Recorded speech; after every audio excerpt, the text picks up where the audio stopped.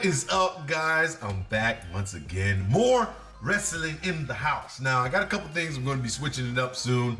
Pardon the hat. I got a do-rag. I'm about to go somewhere. I got to get the waves crispy, so I just didn't want to be out here with do-rag on. But I got a lot to do. We got some more things going here. We got wrestling right here for you, and I'm excited. So this one is 10 times WWE fans hijacked a match. What does that mean? Like they took over? Like they play by their rules? Let's find out what it is. Don't forget to like, don't forget to subscribe, share with your grandma and them. All right, let's do it. Crowds hijacking shows has become a common occurrence in modern wrestling, as the fans look to send a message to those in the back that they don't like what they're seeing. That or the fans might be so uninterested in the match, the wrestlers, or the entire show in front of them that they'd prefer to just entertain themselves. WWE Championship match in the ring, and these fans are doing a wave! Then there are times when a crowd is so in favor of a specific wrestler that it can provide a hostile atmosphere for the opponent. You and I were here at ringside WrestleMania 22 in Chicago. John Cena versus Triple H, and For this list, we've decided to isolate specific matches where it was the crowd that stole the show. Tomahawk chop going here in Atlanta. Make Briscoe proud. As we look at 10 times fans hijacked a match. Savio Vega vs Mabel.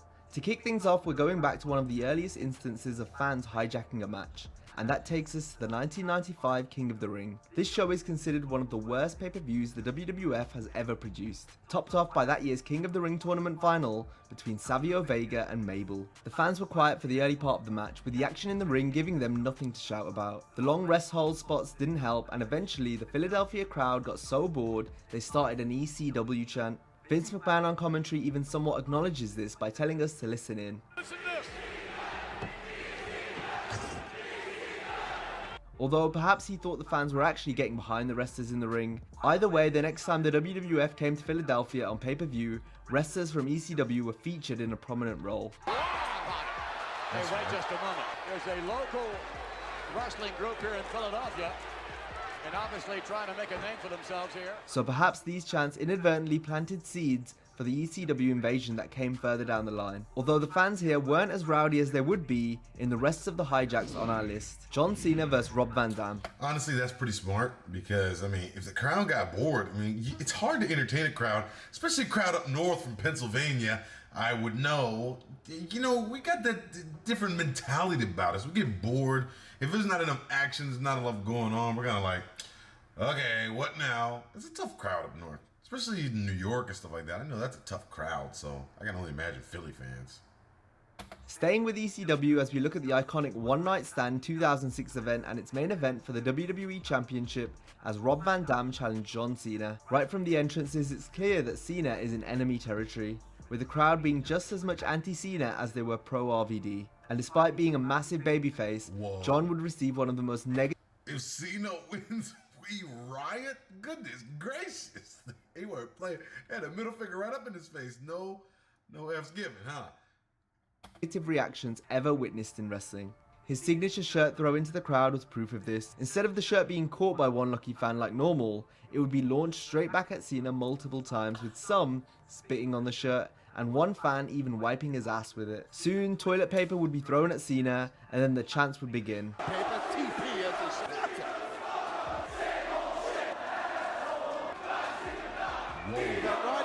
Cena would embrace the heel reaction, at one point putting his feet on the rope for leverage, then taunting the crowd and later even punching out the referee. But it all caught up to John, with Edge running in and spearing the champion through a table, allowing Van Dam to capitalize with the 5-star frog splash. Paul Heyman was there to count the fall as RVD became the new WWE champion, being spurred on by one of the most raucous crowds in wrestling history. Kurt Angle Man, they are some cold people, man. He threw the shirt in the crowd, they spit on it, threw it back, and they wiped their butt with it. Goodness gracious, they don't like John. Who doesn't like John? John used to be somebody's favorite on this channel.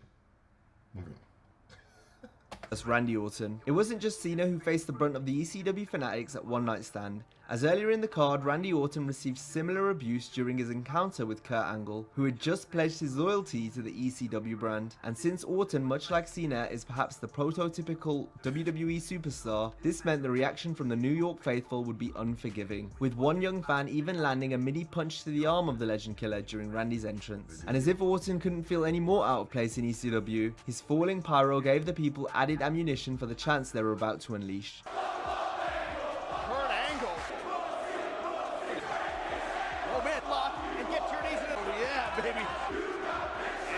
Oh my goodness. The Hornet's biting Angle. Perhaps it was one chant too many for Orton, that or one ankle lock attempt too many, as Angle would finally lock in the submission hold. And Every time you see these people in the pictures, they just have the middle finger up. You just see a big middle finger like coming through the middle.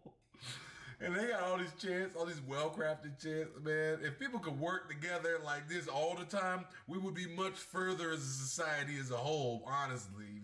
But, you know, at least we got our chants off at the wrestling match, though. with Orton not wanting Kurt to break his ankle again, he had no choice but to tap. This put an end to a good contest that was made even better by the fans' involvement, as the two examples we've covered from One Night Stand 2006 are cases where the fans hijacking the show enhanced both matches. John Cena vs Randy Orton. Thus far we've seen two separate matches where a hostile crowd went against Cena and Orton. So imagine what happened when they wrestled each other in front of another rowdy audience, with the Viper defending the WWE World Heavyweight Championship. This occurred at the 2014 Royal Rumble and was watched by a Pittsburgh crowd who were fed up with seeing Orton and Cena wrestle. They made this known before the match even began, with the first of numerous chants for Daniel Bryan, someone the people were much more interested in seeing. What do you see, King? Once things got underway, their usual "Let's go Cena, Cena sucks" chants rang out. However, the fans would then direct their chants away from the match again. When you make us wish we were dead. Never give up, even stronger. The crowd would turn their attention back to the action briefly, although it wasn't because they liked what they were seeing.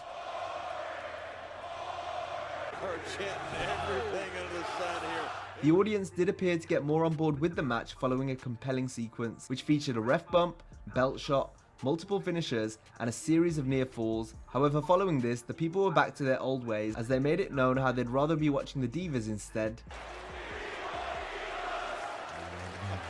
Then, after each man stole each other's finisher, it looked like Cena was about to secure the victory after locking in the STF in the center of the ring. But the Wyatt family's interference allowed Orton to take advantage with one final RKO, which ensured he retained his title. The Pittsburgh audience will have been happy to finally see the match end, but we can't fault the wrestlers, who still put in quite the shift in the ring. Only the fans were having none of it, as seen by how they reacted, since this was a match they simply did not want to see. Batista vs Alberto. See, the Berg is, again, a Pennsylvania crowd, but the Berg ain't playing, man. We don't want that. Boring, boring. We want the Divas. We want the Divas.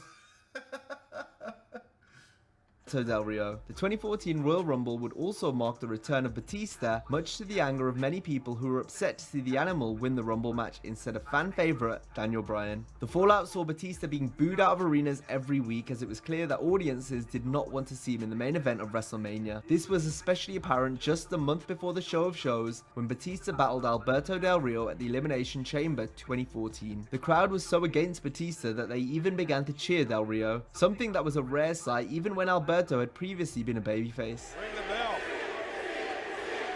Del Rio tried to heal it up before the bell by pretending to be injured as a way of gaining the upper hand before the match got started, but this only led to him getting cheered with Del Rio chant.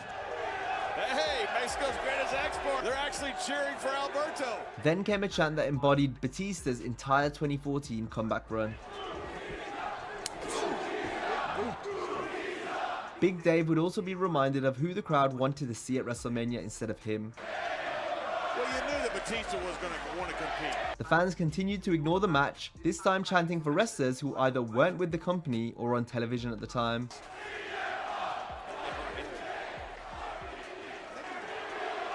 I think they're chanting, "We want Lesnar." The fans would then get behind Del Rio. However, a collision with the exposed turnbuckle meant the Animal was able to take control, hitting the Batista bomb which earned the win. Del Rio would reveal that during the match, Batista was taken aback by the crowd's reaction, but Alberto knew they just had to go with it, as the fans' minds were made up. Seth Rollins vs Baron Corbin. So as we've seen already, if certain crowds aren't interested in the storyline or either of the wrestlers performing, then the people will have no issue hijacking the match. And this was what happened at the 2019 Stomping Grounds pay-per-view, where Baron Corbin challenged Seth Rollins for the Universal Championship. Corbin revealed Lacey Evans as the special guest referee. The fans weren't happy with this or the direction of the story and chanted, "This is stupid," as a result. And the WWE Universe voicing their displeasure with the choice. They then decided to shift their focus away from the match by chanting for other wrestlers and even a rival promotion. Got a little bit of influence with those in power. WWE fans here in Tacoma all over Baron Corbin. The wrestlers were, however, able to garner a good reaction after Seth powerbombed Corbin through the announce table. However, given the match was more storyline driven than action focused, it was always going to be a struggle for the wrestlers to keep the crowd, since the fans didn't even like the storyline to begin with, as the match was forced to restart twice to try and get over how much Seth was being screwed over by the heel ref, Lacey Evans. The fans did chant for Becky Lynch though, and popped once she made her run in, which then allowed Rollins to take over as he hit a curb stomp to get the win and retain the Universal Championship. In the end, the wrestlers were put in a tough spot, as the match was built up poorly on television in the weeks prior. This then led to a negative response when Lacey Evans was revealed as the guest referee, that in turn resulted in the people in the building ignoring the match. 6-women tag. The Raw after I think they had to do something in that match. I mean, something has to come in and shake it up, because the people just get bored. I mean, after a while, I mean, the storyline's not going anywhere. It's just like, what are we watching? And I think that one happened at a time where I wasn't watching wrestling as much. So seeing the people chanting boring, seeing the people, start cheering for other people, it's just, you got to do something to get them entertained. I don't know if they didn't have more wrestlers on the card that night, but they needed something else. They should have just ended the match, hit the finishers, and close it out, because the people, you're losing your audience. I mean, I guess they already paid to be there, so whatever, but still.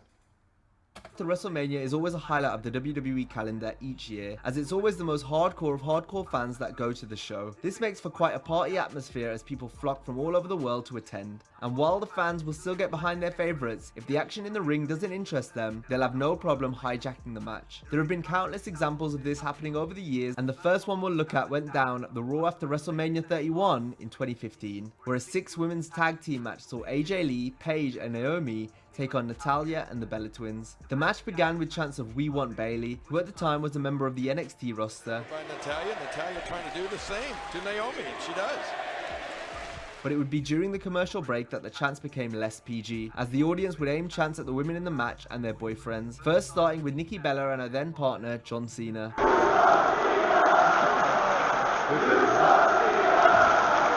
Attention then turned to the married women in the match and their husbands.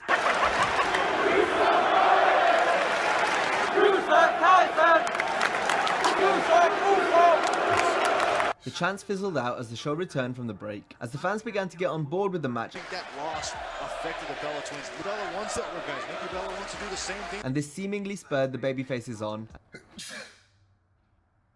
Sorry. Oh, check that out. Yeah, I paused the good part. I'm sorry.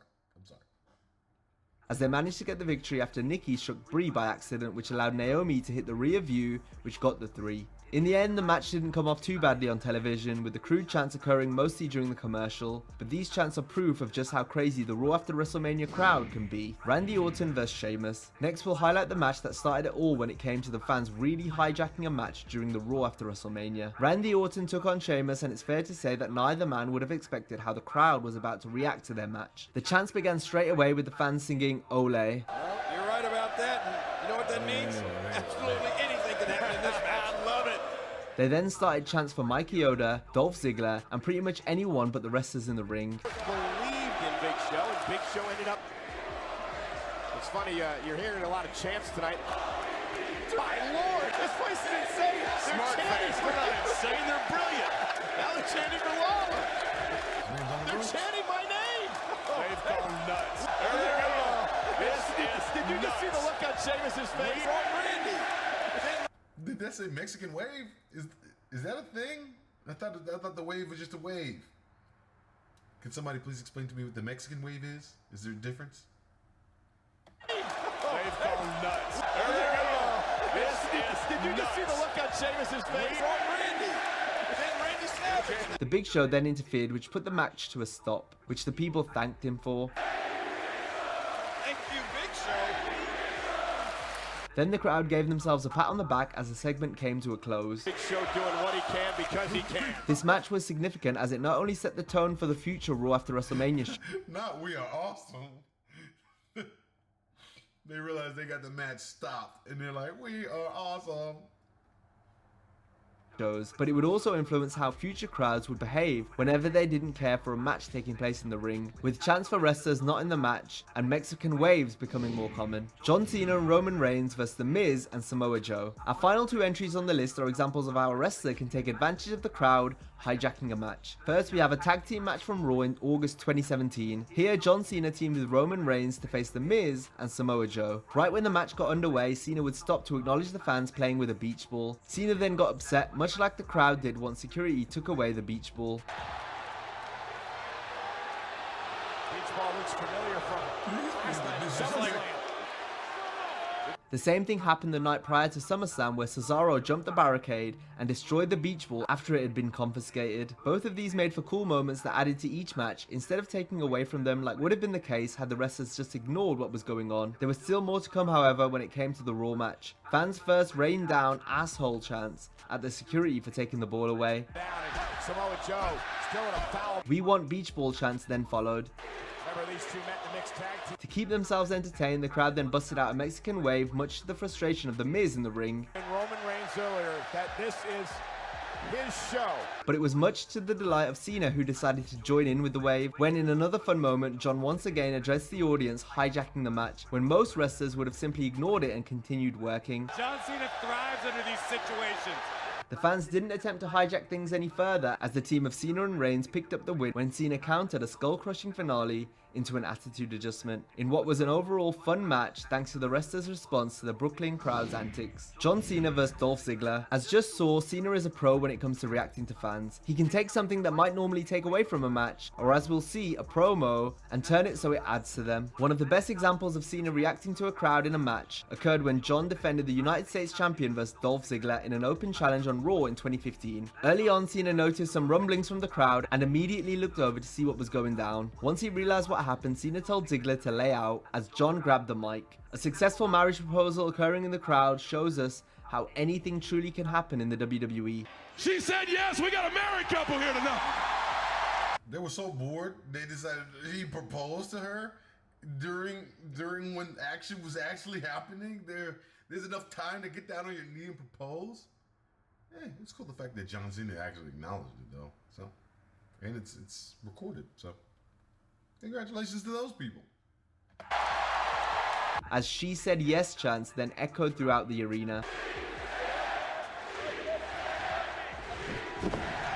Cena and Dolph finished out a very good back and forth match, continuing to keep the crowd invested, with the finish coming after an out of nowhere AA. Now, while this match wasn't a typical fan hijack like other entries on this list, it was an example of a specific moment temporarily hijacking a match. But since it was noticed by Cena and then acknowledged on camera, it resulted in a unique moment that was followed by an awesome match. So, as we've seen, the fans can hijack a match in numerous different ways. It's always interesting to see how the fans react, as without them, wrestling can get very boring very quickly. If you want to know what 316 Day is all about, give me a hell yeah.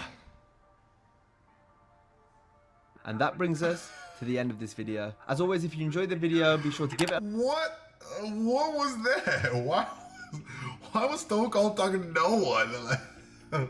Okay, I guess that was for the at-home people during that special time in 2020.